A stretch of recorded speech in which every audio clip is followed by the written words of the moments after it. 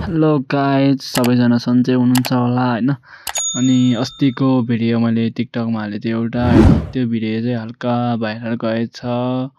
जस्तै something 16 million पुगेछ रे बाबा। Oh my god! Wow! हैन छुटो कुरा बोल्नु भएन। 16K पुगेको थियो हैन। अनि त्यसमा चाहिँ हल्का फुल्का कमेन्ट आएको थियो र धेरैले राम्रै कुरा गर्नुभएको छ, नराम्रो कुरा कसैले पनि गर्नुभएको छैन। कमेन्ट गर्नुभएकोमा तपाईँलाई धन्यवाद छ। त्यो भिडियोमा चाहिँ अब यस्तो भएको थियो कि हैन, म भैँसीबाटी रोडमा जाँदै थियो ललितपुरको हैन।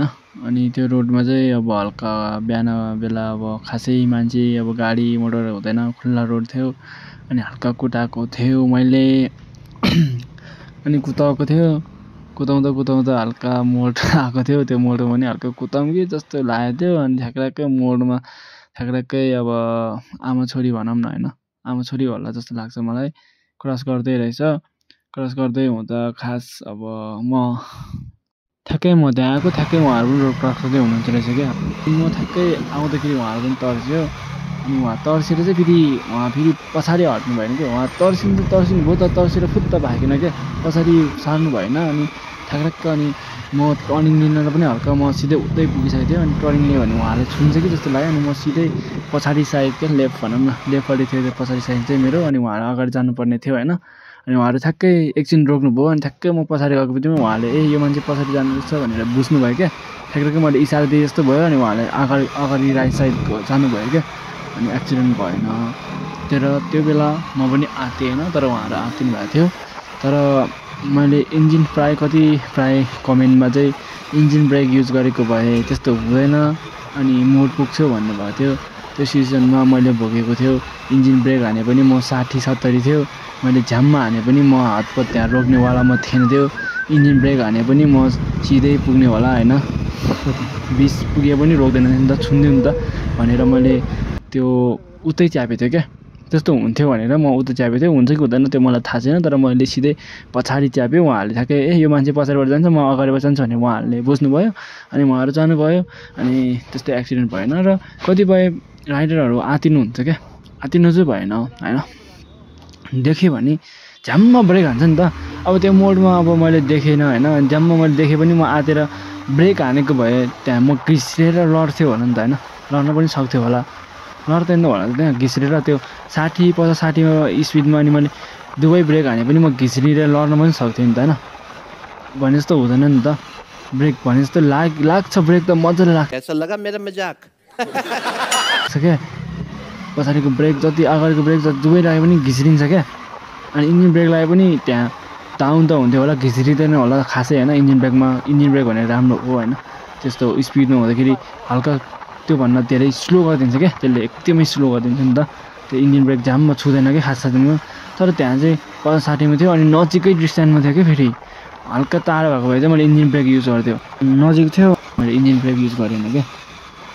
अनि सिधै उता गयो। अनि कतिपयले कमेन्ट गर्नुभयो र धन्यवाद भन्नुभएकोमा चाहिँ, किनकि हुन्छ कहिलेकाहीँ त्यो सिजन होइन, जति पनि चलाउन आउने मान्छे होस् या पर्फेक्ट होस्, जति ठुलो मिलियन सब्सक्राइब पुगेको होइन राइडर होस् या जो पनि होस् क्या, कुनै घटना हुन्छ, कुनैको के हुन्छ होइन। तर सकेसम्म कसैको नहोस्। सो अनि त्यस्तै हो कि गाइज, हुन्छ यस्तै बेलामा होइन, यस्तै घटना हुनसक्छ। र अब आत्तिनु चाहिँ भएन, आफ्नो हातमा छ सबै। आफ्नो आँतेर हात छोड्नु भएन, आँतेर झर्नु भएन, आँतेर ब्रेक हान्नु भएन। त्यो चाहिँ हेर्नुपर्छ। आफ्नो राइडर भएपछि त्यो चाहिँ हुनुपर्छ होइन। कुनै त अब कुदाउँछ नि त, कुदाउ ठुलो रोडमा कुदाउँ भन्नु पनि हुँदैन क्या। ठुलो सानो हुँदैन क्या। सानोमा खाली छ भने पनि सानोमा कुदाउनु मिल्छ। ठुलोमा खाली छैन भने ठुलोमा स्लो गर्नुपर्छ, ठिक्क लेभलमा चलाउनुपर्छ, आफूले कन्ट्रोल गर्न सकिन्छ होइन। त्यस्तो भन्नु खोज्यो क्या। ठुलो सानो रोड भन्दैमा के हुँदैन कि, कुदाउनु मिल्छ। तर ठुलोमा गाडी धेरै हिँड्छ भने ठुलोमा धेरै कुदाउनु भएन। सानोमा थोरै गाडी हिँड्यो भने ठिक्कै कुदाउनु पऱ्यो होइन। तर खुल्ला रोडमा चाहिँ हिँड्नु पऱ्यो। खुल्ला रोडमा चाहिँ कुदाऊ र अलि हल्का त्यो मोड्ने ठाउँ जस्तो धेरै मोड्ने त्यस्तोमा चाहिँ ठिक्क कुदाउनु होइन। त्यस्तो भन्नुपर्ने। त्यस्तो हो क्या। अब म फर्स्ट अब भ्लग पनि अब म नयाँ भ्लगर भनौँ न भ्लग बनाउँदैछु अनि खासै बोल्न जान्दिनँ होला नराम्रो भनेको छ भने मलाई माफी पाऊँ होइन यस्तो हुन्छ कि अब कुनैलाई अब बोली मन पर्दैन र मैले त्यस्तो नराम्रो भनेको छ भने म माफी चाहन्छु हल्का बोल्ने सिक्दैछु होइन भ्लगमा कसरी बोल्ने त्यो म धेरै जान्दिनँ बोल्न त अब बच्चैदेखि जानेकै हो होइन हल्का अब होइन भन्ने बानी छ मेरो बोलीमा होइन सो तपाईँहरू चाहिँ कमेन्टमा हो भनिदिनु होला होइन यो पनि चिसो हुन्छ क्या अनि यस्तो जाडो हुन्छ होइन यस्तो जाडो मौसममा यसरी बाइक चलाउनुपर्छ सो यहाँ चाहिँ खाल्डो छ होइन नेपालको बाटो होइन यस्तै हो खाल्डो म हल्का लाइट राखिदिएको भए के हुन्थ्यो होला होइन अनि हल्का खाल्डो छ भने चाहिँ बत्ती सत्ती राखेर देख्ने बनाउनु पऱ्यो क्या यति धेरै गाडी साधनहरू यति धेरै छ बस गाडी बाइक साइक कति धेरै छ क्या त्यसको कर त मिनिमम उठ्छ होला नि धेरै होइन त्यो कर हेरेर त यो बाटोहरू त विकास हुनुपर्ने होइन यस्तो खाल्डाखुल्डीहरू राखेको छ यस्तो छ यस्तो क्या अब नेपालमा यस्तो भएर छ कि जो मान्छे मरि होइन काम गरिरहेको हुन्छ त्यो मान्छेले दुःखै पाएर हुन्छ क्या त्यो मान्छेले त्यो दुःख गरेको फलै पाउँदैन क्या जो मान्छे चाहिँ कुर्सीमा बसिरहेको हुन्छ त्यो मान्छे चाहिँ मजाले आनन्दले फल पाइरहेको हुन्छ कि त्यो हेर्नु न त्यो दुईवटामा दुःख गर्ने चाहिँ गरेको गरे कुर्सीमा बसेको चाहिँ अब बसी खाना पाइरहेछ भने त्यो के फाइदा के अर्थ भयो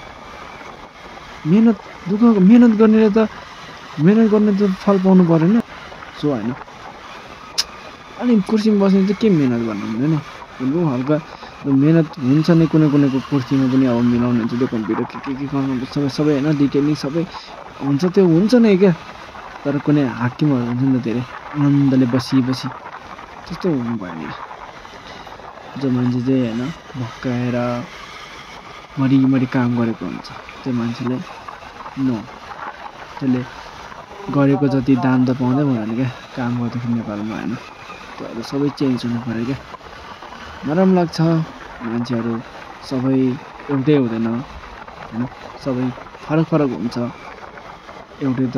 एउटै मतलब अब कुनै बुझ्ने हुनु पऱ्यो कि सबै बुझ्ने हुनु पऱ्यो कुनै नबुझ्ने हुन्छ लास्टै पनि हुन्छ मूर्ख हुन्छ सो त्यो कुनै दृश्यहरू देख्दाखेरि हेपेको देख्दाखेरि त होइन एकदम नराम्रो लाग्छ कति त मलाई पनि हेपेको खाएको छ तर धेरै त खाएको छैन अहिलेसम्म भाटीले त ठिकै दिए पनि तर दुःख चाहिँ पाइरहेको छ जति दुःख गरे पनि त्यति अनुसार फल पाएको छैन होइन सो गाइस त्यो पनि हिँडिरहेको छु काम गरिरहेको छु होइन मिहिनेत गरिरहेको छु अरू सब बिग्रेर हिँड्ने छैन तर प्रायः अब हुन्छ नि त गाउँको दाजुभाइहरू पनि कुनै बिग्रेको हुन्छ नै होइन बिग्रेको हुन्छ आमा बुबाले दुःख दिएको हुन्छ आमा बुबाले चाहिँ यत्रो पढाउँछ तर त्यही छोराले आमा बुबाको भरोसा टुटाउँछ एकदम धेरै छ क्या होइन एकदम मन दुख्छ क्या एकदम अब अरूको हेर्दै मेरो चाहिँ एकदम मन दुख्छ अनि कस्तो नराम्रो लाग्छ होइन तर म चाहिँ होइन जति बुझे पनि तर म पनि आफू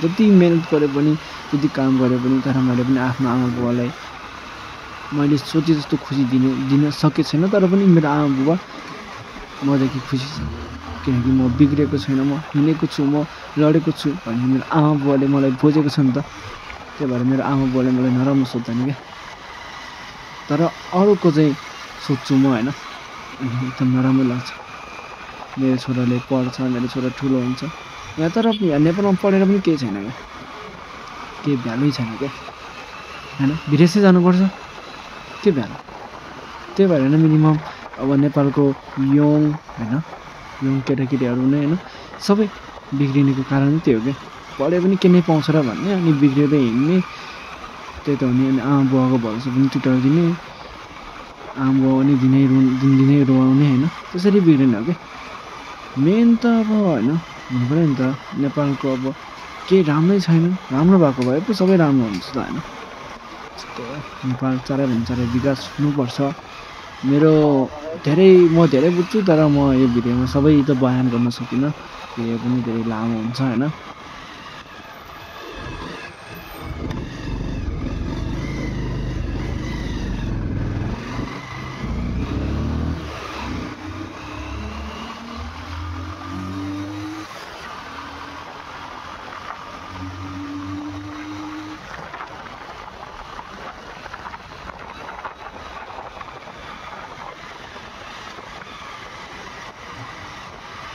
सो बोल्दै गर्छु भ्लग बनाउँदै गर्छु भ्लगमा तपाईँहरूलाई मेरो जति नै म बुझ्छु म त्यति नै तपाईँहरूलाई पनि सेयर गर्छु तपाईँहरू पनि मभन्दा पनि धेरै बुझ्नुभएको होला र बुझ्नुभएको पनि छ बुझ्नुभएको पनि छैन भने यो भिडियो बुझिदिनु होला र सुनिदिनु होला सो र बुझ्नेहरूले मलाई अझै कमेन्टमा भन्नु होला होइन सो यति नै हो